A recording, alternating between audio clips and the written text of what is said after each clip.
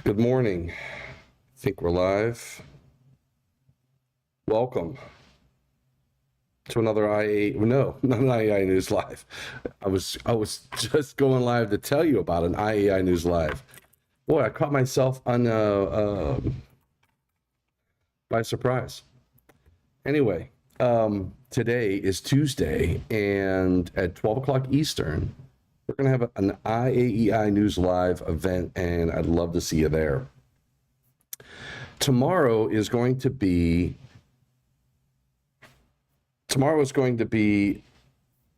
NFPA 73 meeting. Just closing some apps over here. So tomorrow is NFPA 73. And looks like the title is wrong on this one. Make sure I'm streaming to the right places. So tomorrow's NFPA 73 session. So NFPA 73 focuses on existing dwelling units and inspecting an existing dwelling unit, addressing all of the safety issues and concerns, things of that nature. So it's a challenging document because of the fact that it deals with existing dwelling units. It has to be flexible enough to address when you are walking into a home that was built in the 40s, in the 30s, in the 20s, or a home that was built last year, and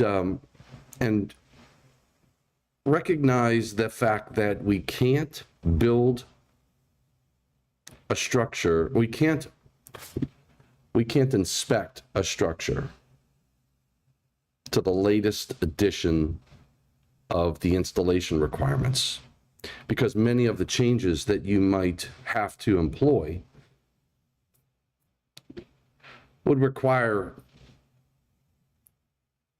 some massive surgery on the structure, right? So, for example, if you have a home that was built with knob and tube, and you have requirements now for certain circuit configurations, and there's no permission for using knob and tube today, would you, as new constructions, you'd have to replace all the wire. So there are just certain things that don't make sense. So in any case, that meeting is going on today, and I wanted to let you, or that presentation, we're going to have a discussion on IAEI News Live around that topic of dwelling units and existing dwelling units. And also we'll take a look at some questions that have come in on IAEI on the YouTube channel.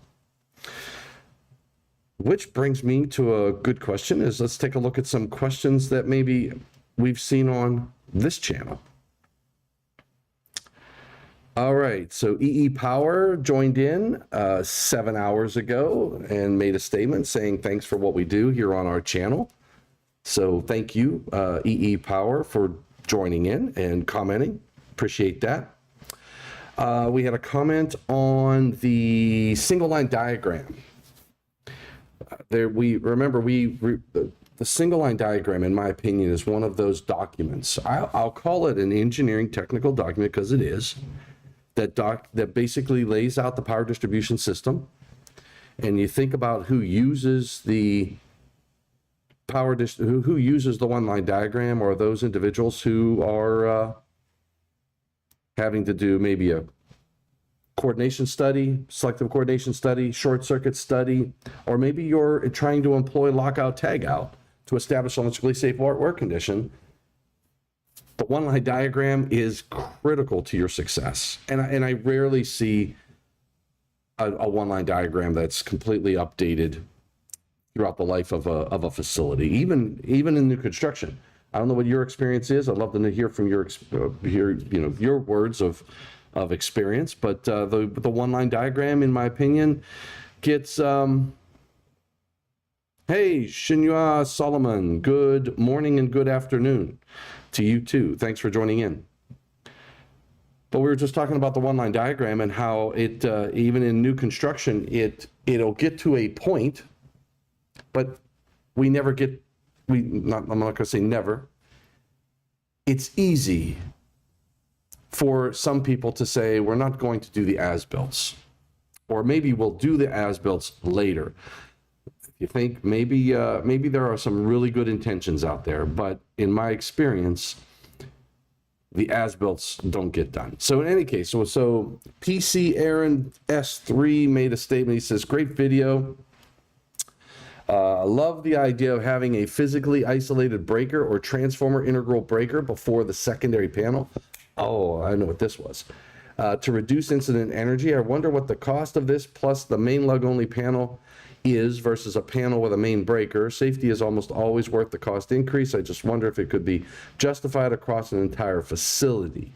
So one thing I don't do is talk about costs, because I'm not in sales. I don't have a vision into what those go for. I can't see it being, I mean, you moved a breaker. There is probably more steel in the transformer because what we did with the breaker integrated transformer, and if you're not familiar with what that is, I am going to direct you to one of my favorite products in the world, breaker integrated transformer.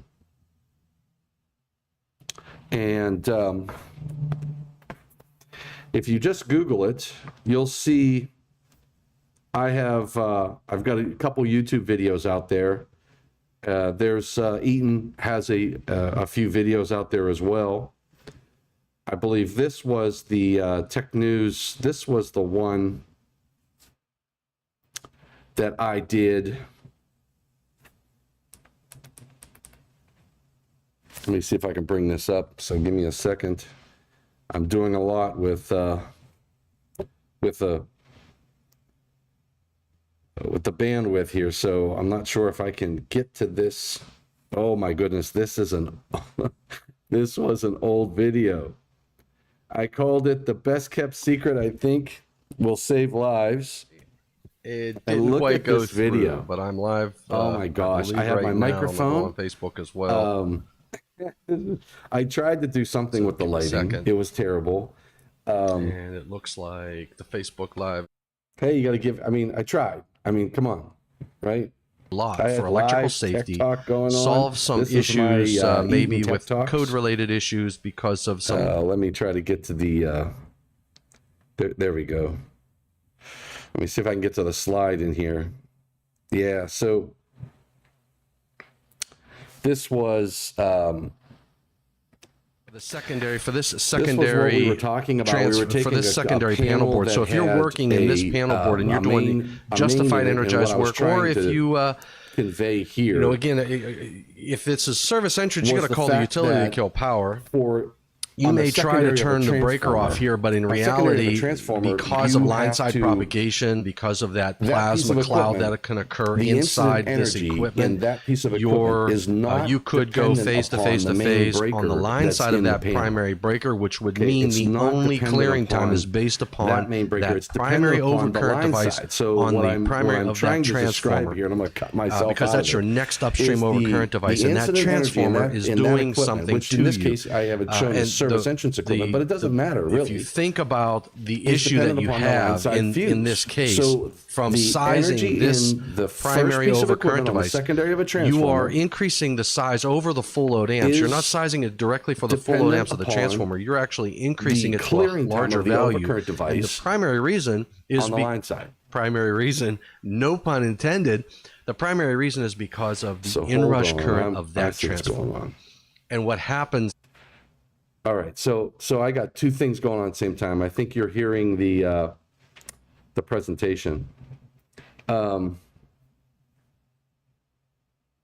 not sure how to not do that. Oh, here we go. I'll turn that off. There we go. All right, so sorry about that. So what I was saying was the incident energy on the secondary side of this equipment of this transformer is not based upon the 1200 amp main that's in the panel. It's based upon the line side fuse. Now I'm showing service entrance equipment here in this image, but I'm showing service entrance equipment, but it doesn't matter if it's service entrance equipment or not. The fact that this has high incident energy is because the clearing time is based upon the primary overcurrent device on that upstream transformer. Whether the utility owns it or not, it doesn't really matter. That electron doesn't know who owns the transformer. If you have a transformer in your facility, and I don't care if it's a 1-to-1 transformer, a 480 to 208, 4160 to 480, the primary overcurrent device is selected. I'm going to pause this real quick. The primary overcurrent protective device is selected because of the inrush current. So we increase the size of the primary overcurrent device, which increases the instantaneous pickup, which will increase the energy on the secondary. So what I was talking about here was the fact that, look, if you took the 1200 amp main out of that equipment and put it in its own enclosure, okay? Put it in its own enclosure on the secondary of the transformer, and what Eaton's come out with is a breaker integrated transformer where we integrate that secondary breaker with the transformer, so you don't have a box that you have to install on the wall. You don't have multiple conduit raceway that you have to think about on the primary and the secondary. You just, and it's a feeder. That's the other cool thing, is the conductor on the secondary of that transformer, because the circuit breaker is built into the secondary, it's now a feeder and not transformer secondary conductors. We've contained the transformer secondary conductors within the transformer. So in any case, what you achieve is, I call it moving the energy, right? So I'm going to see what I'm explaining here in this video was that when I take the main breaker out of that panel or switchboard or whatever it is and put it in its own enclosure, the incident energy of that panel, there we go, is now dependent upon the clearing time of that secondary breaker, which is in its own enclosure. So this is even a better example. So this is showing a 480 to 208, 250 kVA transformer, two exact same scenarios. What you see in the picture on the left, the furthest one from me, is that when you don't have the, how to do this, there we go. When you don't have the breaker, when you have the breaker integrated with the panel board, or in this case a panel board, and you don't have a breaker on the secondary of the transformer that feeds that, the incident energy is based upon what? The line side overcurrent device, okay, clearing time. And the incident energy in this panel board is 23.5 calories per centimeter squared. So, and remember, what's risk? Risk is likelihood and severity. Now, I can try to address likelihood, but likelihood is the likelihood of causing an event. To some extent is outside of our control. Mistakes happen, right? When we get into a vehicle, we do not expect to have an accident on the way to work. So, but it may happen. And we can try to be as cautious as we can, but sometimes stuff happens. So in any case, what I can do is control severity by taking, in some cases, design decisions. Making a design decision, taking a step of rearranging the circuit. So what we did here was we took the main breaker out of the 208 volt panel and made that a main lug only panel and just put the overcurrent device in its own enclosure in front of it like that. So now the incident energy in this 208 volt panel board is only 0.34 calories.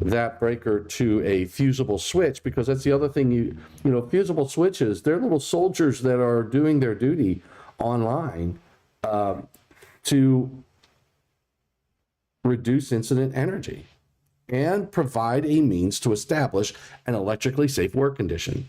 So these aren't code requirements that we're talking about. There we go. Here's the fuse one.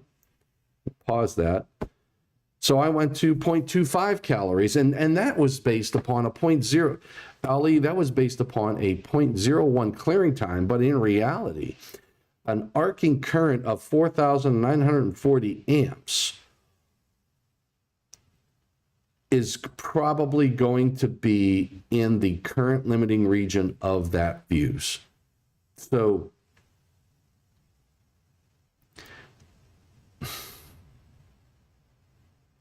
you can achieve a lot of incident energy reduction, addressing severity and likelihood.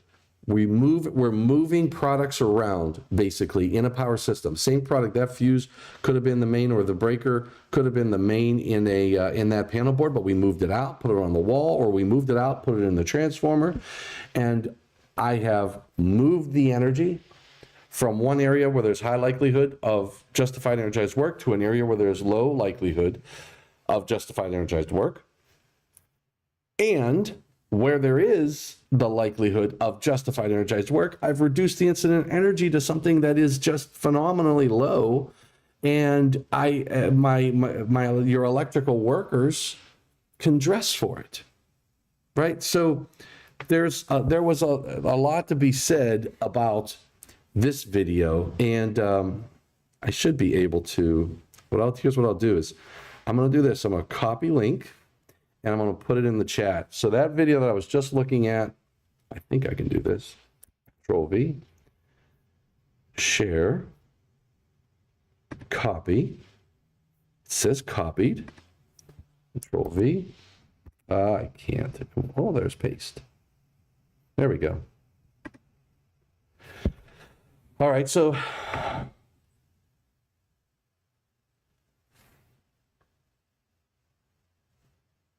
I'm just gonna make sure that that's the right link.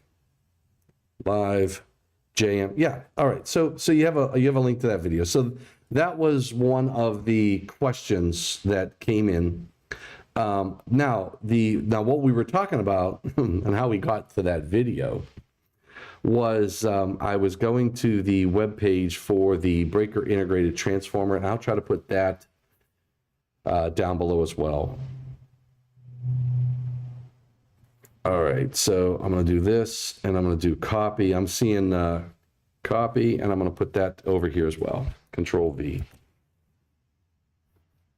I'm going to right mouse click and hit paste. There we go. All right, so you have that. You've got the link for the, and it may not have made it to the LinkedIn site. So it looks like it posted it to my YouTube site and my Facebook site. So get over there to YouTube, and you should see the comments on this video will have those two links. All right. So in any case, that was a good question. So let me just go back down. We were going down through questions. So that came in from PC Aaron, David. I had the opportunity to learn from, hey, NTI, absolutely. You know where I'm at today is NTI. And continue learning from all your content. Hey, thank you very much, David. We were at the booth Saturday and Sunday. I'm here. I'm in Ann Arbor, Michigan all week this week. So David, if you're around, let me know. Maybe we'll catch a brew or something. But anyway, I appreciate your feedback. Thank you. All right, so looking forward. All right, I'm just looking through some of the comments that came in on my YouTube site. Remember, today at 12 o'clock Eastern, we're going to be live on IAEI News Live, and we're going to be talking about NFPA 73, and we'll do some Q&A stuff on their website as well. I'm looking at my kilobytes per second, and every now and then I get a red and a yellow. So it says that I've dropped 8.6% of my frames. I've been live for 25 minutes. Holy cow. I'm using 7.7% of my CPU. This MacBook Pro is absolutely phenomenal. All right. Installing electrical backup 5 kVA solar. Tom, you're a pro. Okay. Are you covering service equipment? Recently had a Design B 1.6 amp full load amp motor on a cooler fan that kept blowing fuses. Overload was fine, class 10, but all of the 140%, 170%, longest time delay for the heaviest inrush was just getting destroyed on the second restart. The Design B kept pulling 1100 to 1200% of full load amps inrush. Replaced the motor for exactly the same but brand new one. Didn't change anything. Used the exception to in Article 430, Section 430.52, went up to 225% on the time delay, and so far it's fine.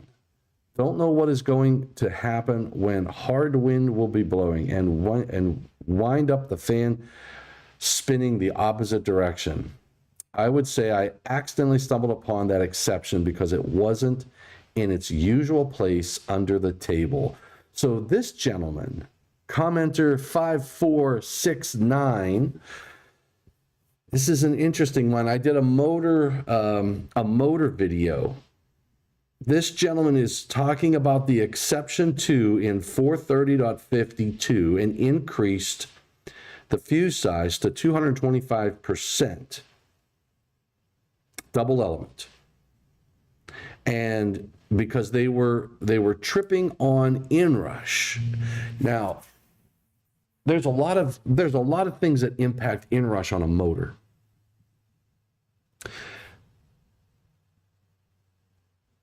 In some cases, your inrush currents may last a little bit longer than what you anticipate because of what you're driving. Right, David? So if you think about a motor's a motor, but a motor is typically connected to something. Could be a conveyor belt, could be a fan, conveyor belt, could be a fan, could be a pump, a lot of things. This gentleman, it says motor on a cooler fan that kept blowing. So in some cases, you would think that a fan is not that big of a load from a torque perspective on a motor, but it depends on the size of the blades. It depends on if you have air flowing and that fan has to go through the resistance of the air blowing through it, the opposite direction. All these things could impact the torque requirements for the motor and basically how long the inrush currents will flow. And in some cases, you may say, I'm not at the peak inrush. My inrush currents are, I'm transitioning over from, let's do this. If you think about a motor start curve, let me show you something. So let's draw a motor start curve. Right, so what do we have? We have, I'll draw a straight line and a straight line. Isn't that awesome? So this is time, and this is current. And what do we call this? A time current characteristic curve. TCC curve. A lot of people forget that C is characteristic.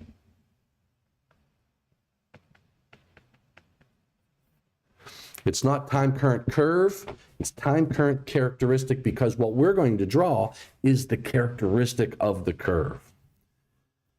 Okay, so let me erase this. This is my TCC curve. Now a motor starting, the first thing you'll notice in many cases that let's say this is 0.01 seconds on the time scale, right? And I don't know, and this is current. So I'm not going to put a current value in because it'll vary by motor. The characteristic I'm going to draw is typical for many, many motors. At the very bottom, so what I'm going to do is, so this is your, say your inrush current, right? Whoa, look at that. I learned how to draw an arrow. So your inrush current will be a high value. And let's say up here is your, this is your, I don't know, full load amps. And we'll call this inrush. Now what you'll notice is, oh, hold on. Hold on. Am I zoomed in? Yeah, I am zoomed in. Okay, there we go. So you'll notice I've got full load amps at some lower value of current than inrush.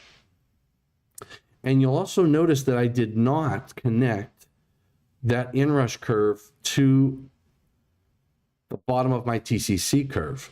And the reason is we typically will do this. We'll do a little boot out. And what that represents is an asymmetrical inrush. The asymmetrical inrush, a lot of people do not plot that. And I'll tell you that if your overcurrent protective device, comes down like this, and it crosses that line and it's really tight to the inrush, you may trip your overcurrent device on that asymmetrical portion of the motor start curve. And remember, asymmetry, what do we mean by asymmetry? This is what we mean by asymmetry. This is a symmetrical waveform. An asymmetrical waveform will have a large hump and then a smaller hump. So that higher, remember that's in the first half cycle, okay? And in some cases, if you do this, and then it becomes, so you'll see a asymmetrical offset, a DC offset, that it's not just the first hump, it could be the first and the second that changes the RMS, root mean square value of the inrush currents. So if you think about what's going on with a motor, you'll have the full load amps up there on the left. You have your inrush down here, higher current value on the right. And then at some point, you're going to do this. And I drew a gradual turn. In some cases, it might be, I'm going to draw a blue line. You might have a motor that does this. And it's drastic to where the shaft and the load come up to full load amps very quickly. Or it could be like something like this, where it comes up to full load very fast. Or you can have a gradual change. So your overcurrent protective device, say it's a fuse, you might have a fuse that comes down like this.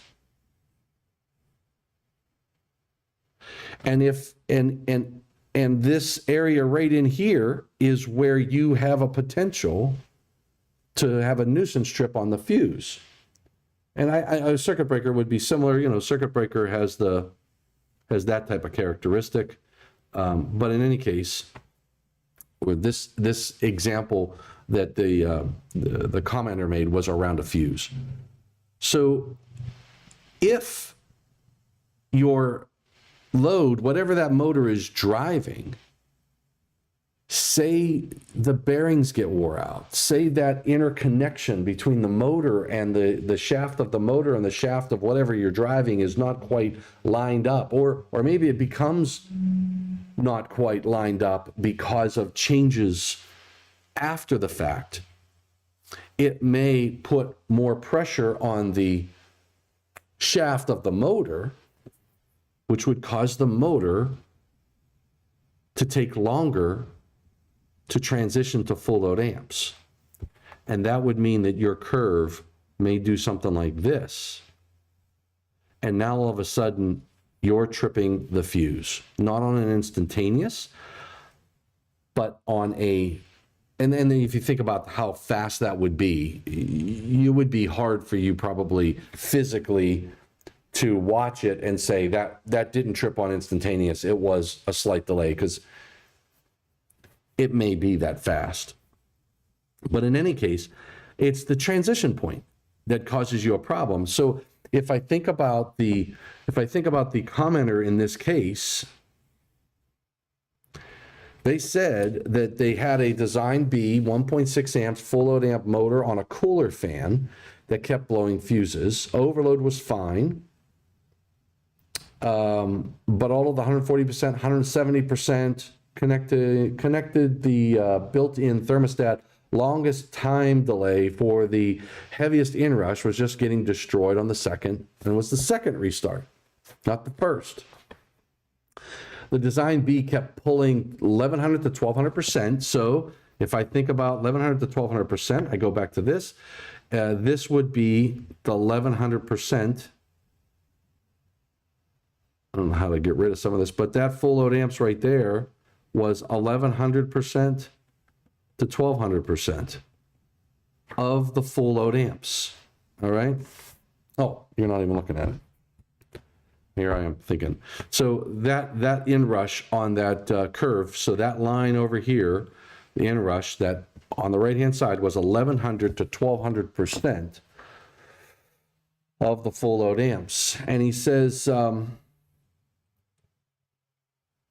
design B kept pulling, so don't know what is going, the design B didn't change anything by changing the motor, so he changed the motor.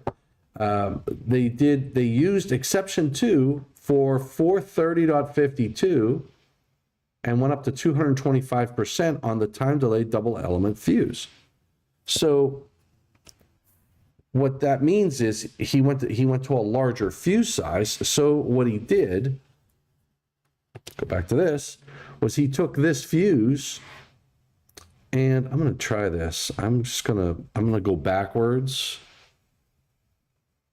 All right, this looks better. So he took this fuse right here and he made it bigger. So what did he do? He, let's get a different color in here. Let's do green. What do you think about green? What do you guys think about green? I don't know if it'll show up.